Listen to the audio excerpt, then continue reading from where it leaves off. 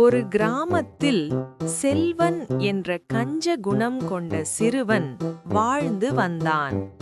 அவன் யாருடனும் எதையும் பகிர்ந்து கொள்ள மாட்டான்.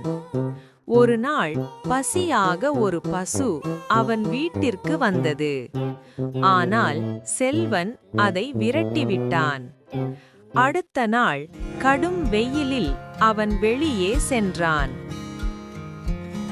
பாதி தூரத்தில் பசி தாகத்தால் அவன் மிகவும் அவதிப்பட்டான்.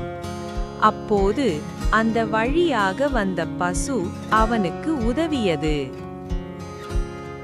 செல்வன் தனது தவறை உணர்ந்து மன்னிப்பு கேட்டான். அதன் பிறகு அவன் அனைவருடனும் பகிர்ந்து வாழ்ந்தான். பகிர்ந்தால் பெருகும். கஞ்சத்தனம் அழிவை தரும்.